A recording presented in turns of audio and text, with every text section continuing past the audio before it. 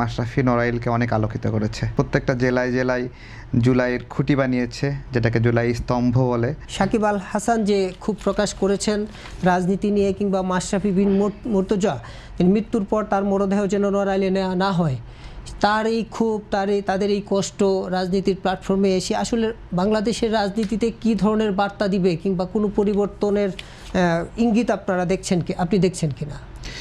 কালবেলায় প্রকাশিত ওই অংশটুকু প্রত্যাহার করা হয়েছে, যে নড়াইলে যেন মাশরাফির লাশ না নেওয়া হয়। এটা হলো আপডেট বিষয় আমরা জানলাম। আচ্ছা, এটা যদি প্রত্যাহার নাও হয় তাহলে মাশরাফি তো নড়াইলকে স্পেশাল কেয়ারিংয়ের মাধ্যমে বিশেষ জায়গায় নেওয়ার চেষ্টা করেছে। একটা পূর্ণ জেলা হিসেবে যে সকল জেলা অনেক আলোচিত,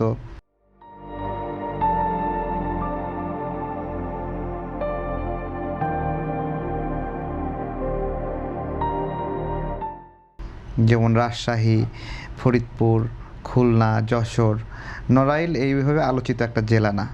সেই জায়গা থেকে মাশরাফি নড়াইলকে অনেক আলোকিত করেছে। তো সেই নড়াইলের মানুষ মাশরাফির বাড়ি ভেঙে দিয়েছে। এই জায়গায় মাশরাফির যে ক্ষোভ আঘাত, তিনি হয়তো বা তার এলাকার মানুষকে অনেক মায়া দিতেন, অনেক ভালোবাসতেন, আগলে রাখতেন। সাকিব আল হাসানও বলেছেন যে তিনি তার মামলা প্রত্যাহারের জন্য 1 কোটি টাকার প্রস্তাব দেওয়া হয়েছে।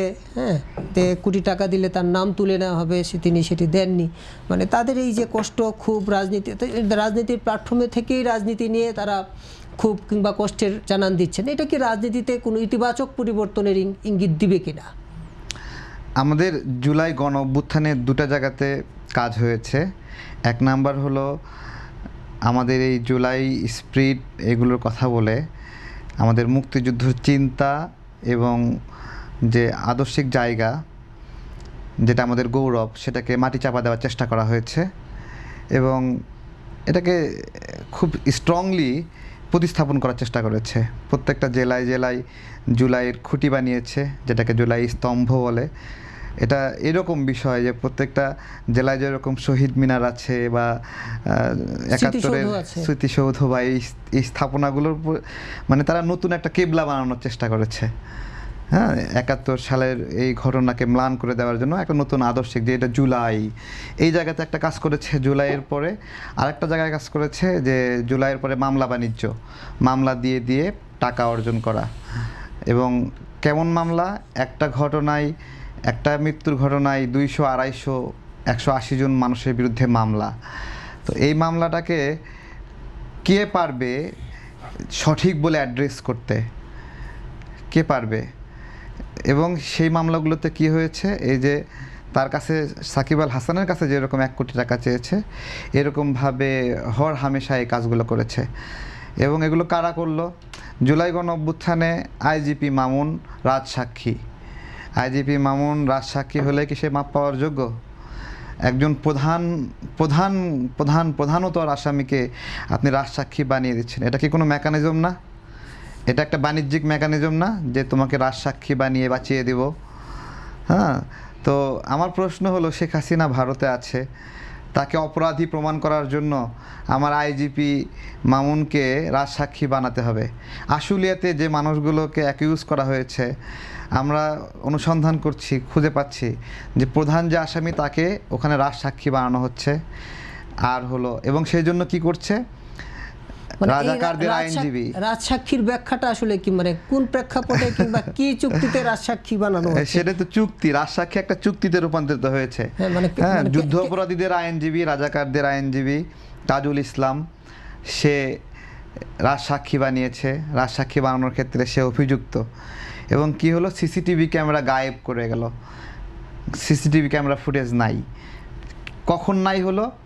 যখন প্রসিকিউটরের মধ্যে একজন ফেসবুকে পোস্ট করলো যে এইখানে ব্যাগ ভর্তি টাকা নিয়ে আসা হয়েছিল রাজসাক্ষী করার উদ্দেশ্যে। সেই ঘটনার পরে সিসিটিভি ফুটেজ গায়েব হয়ে গেল। আমাদের 2টা জায়গায় বললাম না, 2টা জায়গায় খুব ভালোভাবে কাজ হয়েছে জুলাইয়ের পরে। জুলাই স্পিরিটটাকে ব্যবহার করেছে। একটা হলো রাজাকারদের, যুদ্ধ অপরাধী যারা ছিল তাদের শনির দশা কাটাইছে এই জুলাইকে ব্যবহার করে। এবং সাকসেসফুলি রাজাকার, একবার সুপ্রসিদ্ধ আলবদর নেতা, সে সংসদে গিয়ে আবার রাজাকারদেরকে শহীদ বলে সে হিসাব আদায় করেছে এবং আমাদের দুঃখের জায়গায় যে বিএনপি সেটা মাইনে নিছে, এটাই হলো বিষয়। এছাড়া জুলাইয়ে আমরা আন্দোলন করেছি, আমরা সংগ্রাম করেছি। আমাকে রাস্তাঘাটে অনেকে জুলাই যোদ্ধা বলে। আমি থামো, জুলাই যোদ্ধা আমি কি যোদ্ধা নাকি? মুক্তিযোদ্ধাদের যেরকম যোদ্ধা নাম দিছে না, ওই রকম জুলাই যোদ্ধা নাম দিয়ে দিছে, ঠিক আছে? ব্যানার ধরে আন্দোলন করছি, স্লোগান দিছি, সাহসের সাথেই দিছি। অন্যরা যেরকম সাহস দেখায় তার চেয়ে বেশিই দেখাইছি। এবং সেটা দেখাতে গিয়ে আপনার কাছে একটু আসতে একটু শেষ করি, যেটা দেখাতে গিয়ে অত্যাচারের শিকার হয়েছে, নির্যাতনের শিকার হয়েছি, আটকে রাখছে, তারপরে জেলে গেলাম, জেল থেকে বের হইলাম। কিন্তু আমাদেরকে এই যে যোদ্ধা বানানো, মুক্তিযুদ্ধের মতো আরেকটা যোদ্ধা গ্রুপ তৈরি করা, তাদেরকে মাসে মাসে ভাতা দেওয়া, এই চর্চা কেন? এই চর্চা মুক্তিযুদ্ধকে ম্লান করার জন্য, মুক্তিযোদ্ধাদেরকে ঢাকা দেওয়ার জন্য।